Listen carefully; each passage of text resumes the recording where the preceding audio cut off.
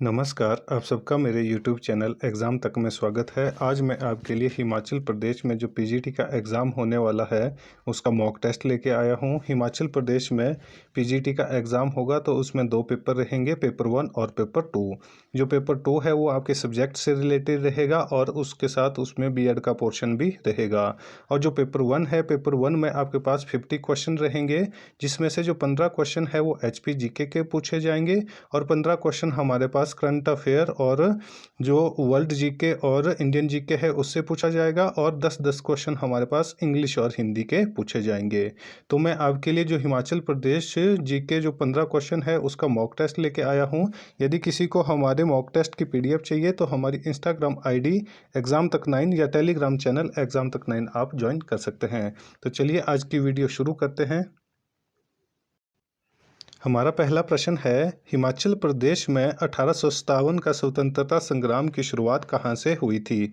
जो हिमाचल प्रदेश है, हिमाचल प्रदेश में जब 1857 का स्वतंत्रता संग्राम की शुरुआत कहाँ से हुई थी? ए कुल्लू से, बी नालागढ़ से, सी कसौली से, डी बुशहर से। तो इसका सही आंसर होगा हमारे पास ऑप्शन सी कसौली से। जो कसौली है, कसौली में हमारे पास गोरखा बटालियन रखी जाती थी, तो उन्होंने ही 1857 की स्वतंत्रता संग्राम में हिमाचल प्रदेश में शुरुआत की थी। तो ये आपको पता होना चाहिए कि इसकी शुरुआत हिमाचल प्रदेश में कहाँ से हुई थी।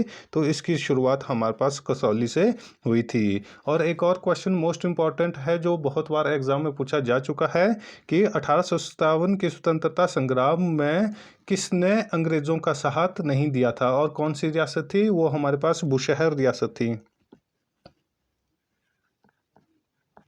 बुशहर रियासत, बुशहर रियासत के उस समय राजा कौन थे? शमशेर सिंह। जो राजा शमशेर सिंह थे, इन्होंने अंग्रेज़ों का साथ नहीं दिया था। ये केवल एकमात्र रियासत थी जिन्होंने अंग्रेज़ों का साथ नहीं दिया था। हमारा अगला क्वेश्चन है, हिमाचल प्रदेश में पजौता आंदोलन किसके विरुद्ध हुआ था? जो पजौता आंदोलन हुआ था, ये किसके विरुद्ध हुआ था? ए सिखों के, बी अंग्रेज़ों के, सी मंडी रियासत के, डी गोरखों के। तो इसका सही आंसर होगा ऑप्शन बी अंग्रेजों के। तो आपको पता होना चाहिए कि पजौता आंदोलन कब हुआ। तो पजौता आंदोलन 1942 ईस्वी में हमारे पास हुआ है। तो कब हुआ है? 1942 ईस्वी में हुआ है। और कौन सी रियासत में हुआ है? ये हमारे पास सिरमौर रियासत में हुआ है। कहाँ पर? सिरमौर रियासत में। जो हमारे पास पजौता आंदोलन है वो कहाँ पर हुआ था? वो सिरमौर रियासत में हुआ था। और कब हुआ था? 1942 ईस्वी में हुआ था। और किसके विरुद्ध हुआ था? ये हमारे पास अंग्रेजों के विरुद्ध हुआ था। हमारा अगला क्वेश्चन है, भारतीय संविधान सभा में हिमाचल का नेतृत्व किसने किया था? जो भारतीय संविधान सभा थी उसमें जब संविधान का निर्माण किया जाना था तो हिमाचल प्रदेश का नेतृत्व किसने किया था? A Shri Chandra Mohan, B Shri Keshavdas, C doctor Radha Swami, D doctor Y S Parmar. तो इसका सही आंसर होगा हमारे पास option D doctor Y S Parmar. जो डॉक्टर वाई एस परमार है, इन्होंने ही हिमाचल का नेतृत्व भारतीय संविधान सभा में किया था और ये हिमाचल प्रदेश के पहले मुख्यमंत्री भी बने थे और इन्हें हिमाचल निर्माता के रूप में भी जाना जाता है। हमारा अगला क्वेश्चन है, प्राचीन काल में व्यासपुर के नाम से किसे जाना जाता था? जो प्राचीन काल था, प्राचीन काल में व्यासपुर के नाम से किसे जाना जाता था? ए कुल्लू को, बी बिलासपुर को, सी सोलन को, डी मंडी को। इसका सही आंसर होगा हमारे पास ऑप्शन बी बिलासपुर को। जो बिलासपुर हमारे पास रियासत थी तो उसको अन्य किस नाम से जाना जाता था? तो प्राचीन काल में उसको व्यासपुर के नाम से जाना जाता था। और वहाँ पर एक व्यास गुफा थी जो हमारे पास गोविंद सागर डैम है या भाखड़ा बांध है, उसके बनने के कारण वो क्या हो गया है? डूब गया है, जलमग्न हो गया है, जिसके कारण इसका नाम क्या पड़ा था? बिलासपुर पड़ा था। हमारा अगला क्वेश्चन है, श्रृंगला नामक पर्वत शिखर हिमाचल प्रदेश के किस जिले में स्थित है? ए किन्नौर, बी कांगड़ा, सी सिरमौर, डी लाहौल स्पीति। तो इसका सही आंसर होगा हमारे पास ऑप्शन डी लाहौल स्पीति। जो श्रृंगला नामक पर्वत श्रृंखला है वो किस जिले में स्थित है? वो हमारे पास लाहौल स्पीति जिले में स्थित है। और हिमाचल प्रदेश की सबसे ऊंची चोटी कौन सी है या सबसे ऊंचा पर्वत शिखर कौन सा है? वो हमारे पास शिला है। कौन है? शिला।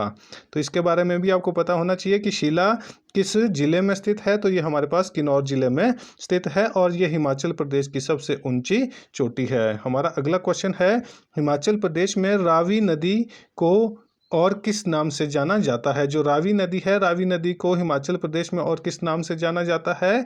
ए विपाशा, बी अस्कनी, सी कालिंदी, डी इरावती। तो इसका सही आंसर होगा हमारे पास ऑप्शन डी इरावती। जो हमारे पास रावी नदी है, रावी नदी का संस्कृत नाम क्या है? तो इसका संस्कृत नाम हमारे पास इरावती है। और इसका वैदिक नाम क्या है?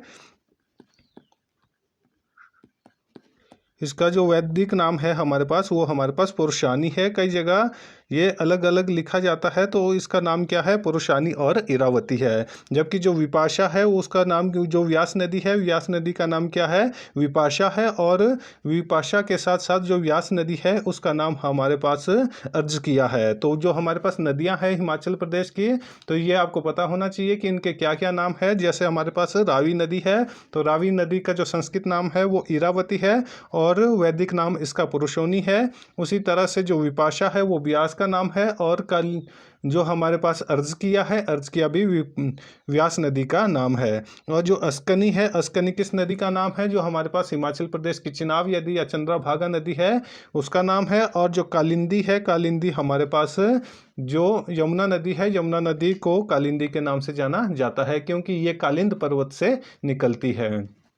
और जो हिमाचल प्रदेश की सबसे लंबी नदी है वो हमारे पास सतलुज नदी है। तो सतलुज नदी का जो हमारे पास वैदिक नाम या संस्कृत नाम क्या है? शतुद्री और शतुद्र। तो हमारा अगला क्वेश्चन है, नाद प्रकार की मिट्टी में हिमाचल प्रदेश में कौन सी फसल उगाई जाती है? जो नाद प्रकार की मिट्टी होती है उसमें हिमाचल प्रदेश में कौन सी फसल उगाई जाती है? ए गेहूं, बी धान, सी गन्ना, डी मक्का। तो इसका सही आंसर होगा हमारे पास ऑप्शन बी धान। जो हिमाचल प्रदेश है, हिमाचल प्रदेश में नाद प्रकार की मिट्टी में धान उगाया जाता है। हिमाचल प्रदेश का जो पीजीटी का एग्जाम होने वाला है उसमें हमारे पास एचपी जीके भी पूछा जाता है, एचपी करंट अफेयर पूछा जाता है। तो हिमाचल प्रदेश का जो करंट अफेयर है मैं आपके लिए वीकली वीडियो बनाकर लाता हूं। तो आप मेरे चैनल पे जाकर मेरी प्लेलिस्ट विजिट कर सकते हैं। वहां पर मैंने जो गिरिराज पत्रिका है, गिरिराज पत्रिका की करंट अफेयर के नाम से प्लेलिस्ट बनाई हुई है। तो आप वहां पर हिमाचल प्रदेश के करंट अफेयर के वीडियो देख सकते हैं। और हिमाचल प्रदेश में जितने भी एग्जाम होते हैं उसमें जितना भी करंट अफेयर पूछा जाता है वो हमारे पास गिरिराज पत्रिका से ही पूछा जाता है। हमारा अगला क्वेश्चन है, चंबा जिले के किस स्थान पर भेड़ प्रजनन केंद्र खोला गया है? ए भटियात में, बी पांगी में, सी सलोनी में, डी चूंडी में। तो इसका सही आंसर होगा हमारे पास ऑप्शन डी चूंडी में। जो चूंडी है वो कहाँ पर है? वो हमारे पास चंबा जिले में स्थित है और वहीं पर भेड़ प्रजनन केंद्र खोला गया है। हमारा अगला क्वेश्चन है, शिकारी देवी वन्य शरण स्थल हिमाचल प्रदेश के किस जिले में स्थित है? ये मोस्ट इंपॉर्टेंट क्वेश्चन है, ये एग्जाम में पहले बहुत बार पूछा जा चुका है कि शिकारी देवी वन्य शरण स्थल हिमाचल प्रदेश के किस जिले में स्थित है? ए मंडी में, बी कुल्लू में, सी सोलन में, डी चंबा में। तो इसका सही आंसर होगा हमारे पास ऑप्शन ए मंडी में। जो मंडी जिला है, मंडी जिले के जिंजहली उपमंडल में ही शिकारी देवी वन्य शरण स्थल स्थापित किया गया है। और जो शिकारी देवी टेम्पल है वो भी कहाँ स्थित है? वो भी हमारे पास मंडी जिले में स्थित है। इसलिए जो ये क्वेश्चन है ये इंपॉर्टेंट हो जाता है क्योंकि ये एग्जाम में पहले पूछा जा चुका है। हमारा अगला क्वेश्चन है, हिमाचल प्रदेश में प्रथम रेडियो स्टेशन किस स्थान पर खोला गया था या स्थापित किया गया था? जो हिमाचल प्रदेश है, हिमाचल प्रदेश में प्रथम रेडियो स्टेशन कहां पर स्थापित किया गया था? ए धर्मशाला में, बी शिमला में, सी सोलन में, डी मंडी में। तो इसका सही आंसर होगा हमारे पास ऑप्शन बी शिमला में। जो शिमला डिस्ट्रिक्ट है वहां 1955 में ऑल इंडिया रेडियो की शुरुआत होती है। कौन से? ऑल इंडिया रेडियो की शुरुआत कहाँ पे है और कहाँ इसका मुख्यालय है? इसका मुख्यालय शिमला में है और हिमाचल प्रदेश में प्रथम रेडियो स्टेशन शिमला में ही खोला गया था। हमारा अगला क्वेश्चन है, हिमाचल प्रदेश में नेशनल बायोलॉजिकल लेबोरेटरी कहाँ पर स्थापित की गई है? ये भी मोस्ट इंपॉर्टेंट क्वेश्चन है, ये भी एग्जाम में पूछा जाता है कि हिमाचल प्रदेश में बायोलॉजिकल लेबोरेटरी कहाँ पर स्थापित की गई है? ए सोलन में, बी कांगड़ा में, सी पालमपुर में, डी शिमला में। तो इसका सही आंसर होगा हमारे पास ऑप्शन सी पालमपुर में। जो पालमपुर है, पालमपुर में ही नेशनल बायोलॉजिकल लेबोरेटरी खोली गई है। और ये क्वेश्चन यदि इस तरह से पूछा जाएगा कि हिमाचल प्रदेश में नेशनल बायोलॉजिकल लेबोरेटरी कहाँ या किस जिले में स्थापित की गई है, तो उसका आंसर हमारे पास कांगड़ा हो जाएगा। हमारा अगला क्वेश्चन है, निम्नलिखित में से किस व्यक्ति को वर्ष 2015 का डॉक्टर अंबेडकर नेशनल अवार्ड मिला?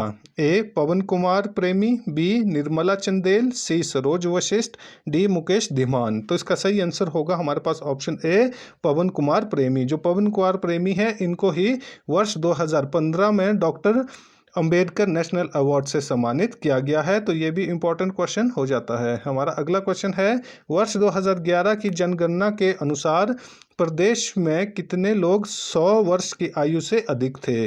ए 2611 व्यक्ति, बी 3519 व्यक्ति, सी 4610 व्यक्ति, डी 7426 व्यक्ति। तो इसका जो सही आंसर होगा वो होगा ऑप्शन बी 3519 व्यक्ति। जो हिमाचल प्रदेश है, हिमाचल प्रदेश में जब जनगणना 2011 में हुई थी तो उस समय 100 वर्ष से अधिक आयु के कितने व्यक्ति थे? 3519 व्यक्ति थे। जो जनगणना होती है वो प्रत्येक 10 वर्षों के बाद की जाती है, परंतु जो हमारे पास अभी जनगणना होनी थी वो 2021 में होनी थी, परंतु कोविड की वजह से वो नहीं हो पाई है अभी तक। जैसे ही हमारे पास जनगणना होगी तो उसके बाद हमारे पास नए आंकड़े पब्लिश हो जाएंगे। तब तक जितने भी जो क्वेश्चन पूछे जाएंगे जनगणना से रिलेटेड वो हमारे पास वर्ष 2011 से ही पूछे जाएंगे।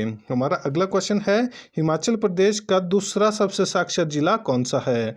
ए शिमला, बी बिलासपुर, सी ऊना, डी हमीरपुर। तो इसका सही आंसर होगा हमारे पास ऑप्शन सी ऊना। जो ऊना जिला है, ऊना जिला भी हमारे पास पूरी तरह से साक्षर है। जो ऊना जिला है ये भी 100% साक्षर है, और जो हमीरपुर जिला है, हमीरपुर जिला भी 100% हमारे पास साक्षर है। तो यहाँ पर क्वेश्चन उठ सकता है कि यह इसका आंसर हमीरपुर क्यों नहीं है? क्योंकि हमीरपुर हिमाचल प्रदेश का पहला पूरी तरह से साक्षर राज्य था, जिसके बारे में हमने पहले भी पढ़ा है। और उसके बाद दूसरा पूरी तरह से जो साक्षर राज्य जिला बना था वो हमारे पास ऊना बना है। तो ये भी आपको पता होना चाहिए कि सबसे ज़्यादा साक्षर जो हमारे पास जिला है वो हमीरपुर है। दूसरा सबसे ज़्यादा साक्षर जो जिला बना था हमारे पास वो ऊना जिला बना था।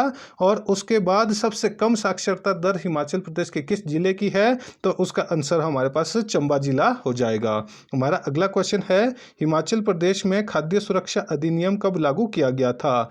ए जून 2009, बी सितंबर 2013, सी दिसंबर 2014, डी मार्च 2015। तो इसका सही आंसर होगा हमारे पास ऑप्शन बी सितंबर 2013। जो हिमाचल प्रदेश है, हिमाचल प्रदेश में खाद्य सुरक्षा अधिनियम सितंबर 2013 में लागू किया गया था। ये भी मोस्ट इंपॉर्टेंट क्वेश्चन बन जाता है। आज मैंने जितने भी आपको क्वेश्चन बताए हैं ये लगभग सभी एग्जामों में पहले पूछे जा चुके हैं। मैं आपके लिए जितने भी क्वेश्चन लेके आता हूँ वो इंपॉर्टेंट इसलिए हो जाते हैं क्योंकि वो आज से पहले एग्जाम में पूछे जा चुके हैं।